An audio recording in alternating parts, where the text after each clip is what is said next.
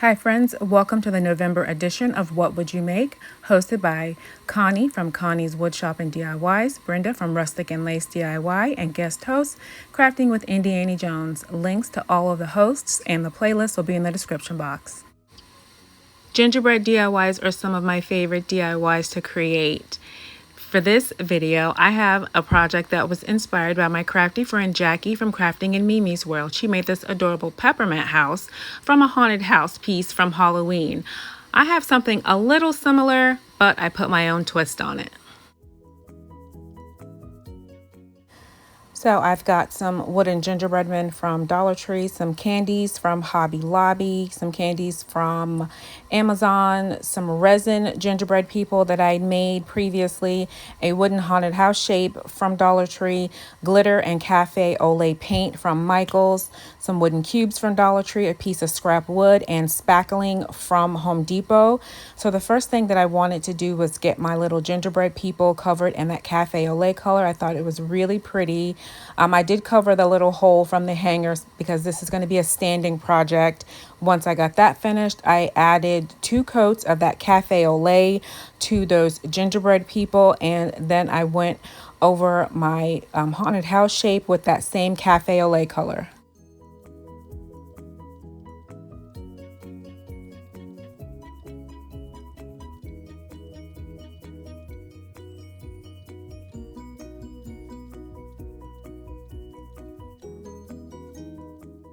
I lined up my wooden cubes according to where I needed to have them glued down so they'll be able to support my house. And then I just added that super wood glue that Dollar Tree sells to the cubes so they would have time to set up while I was finishing all my other painting.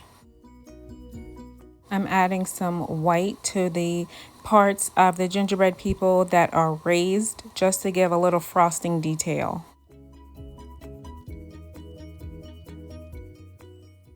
Once the white paint dried, I'm going to take my house shape, flip it over, and I'm going to add 1 ginger person to each of the window openings, and a couple of them I'll turn them to the side just so it looks like they've poked their heads out of the window, just smiling and waving.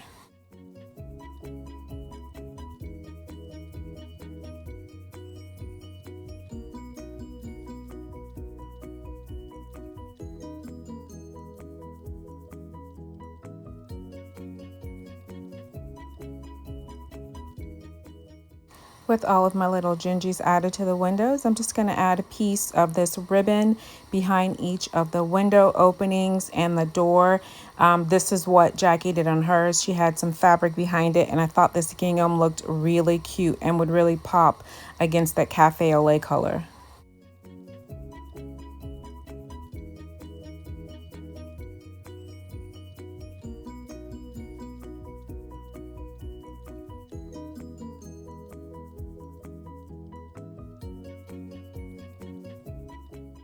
Now I'm going to mix up my faux whip, taking my lightweight spackling, a little white paint just to loosen that spackling up a bit, and then adding that fine iridescent glitter so that the frosting detail glistens and it's less messy this way.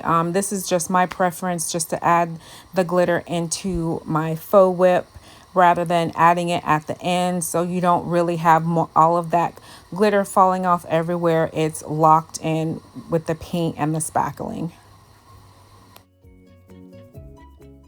Then I just scoop it into a Ziploc bag and cut the tip off. You can use those icing tips. They're kind of hit and miss. They don't always work for me, so I just prefer just to cut the tip of my bag most of the times, and I just use like a pouncing method, just going up and down around, whatever area that I'm adding my faux frosting.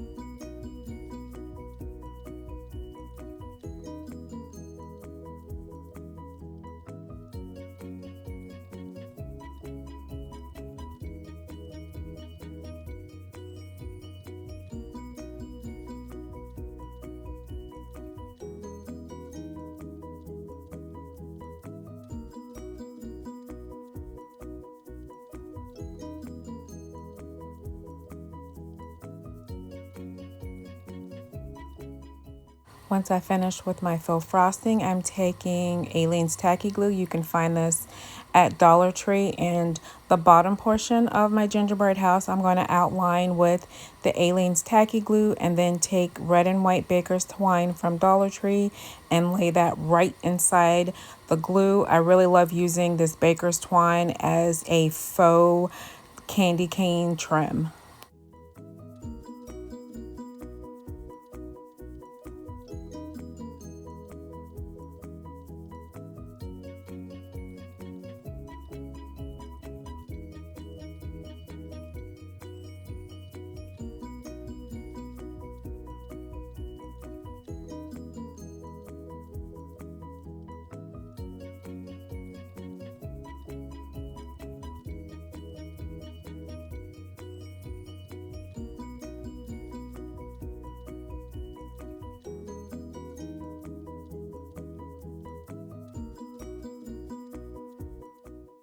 When you're laying the baker's twine into the glue, it's easiest to use a bamboo skewer or a toothpick, something really skinny that you can just press the twine right directly down into your glue.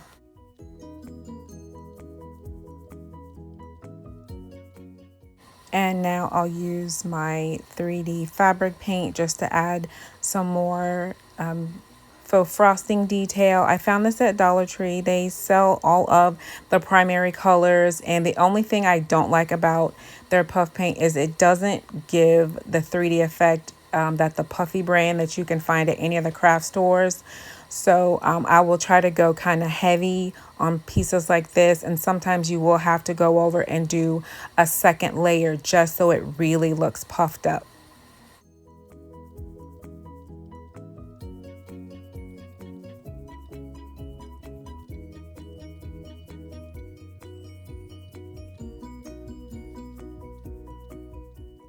And now I'm going to add my faux candies. I'm snipping off the little hanger piece.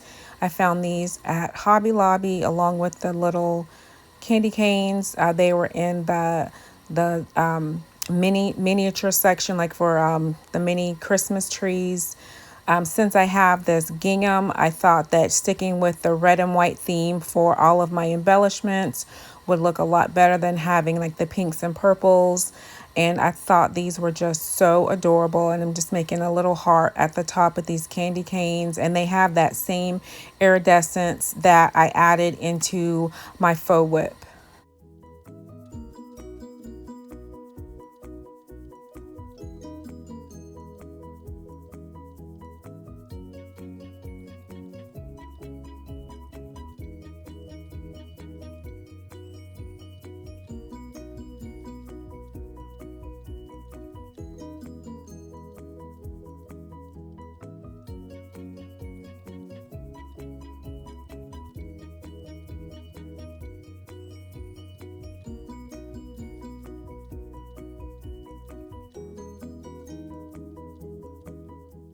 Off camera for my base piece, I just added a coat of matte white paint, and now I'm adding my wood glue to two of the cubes and hot glue to the middle cube so I get that long-term, short-term hold so this will stand up.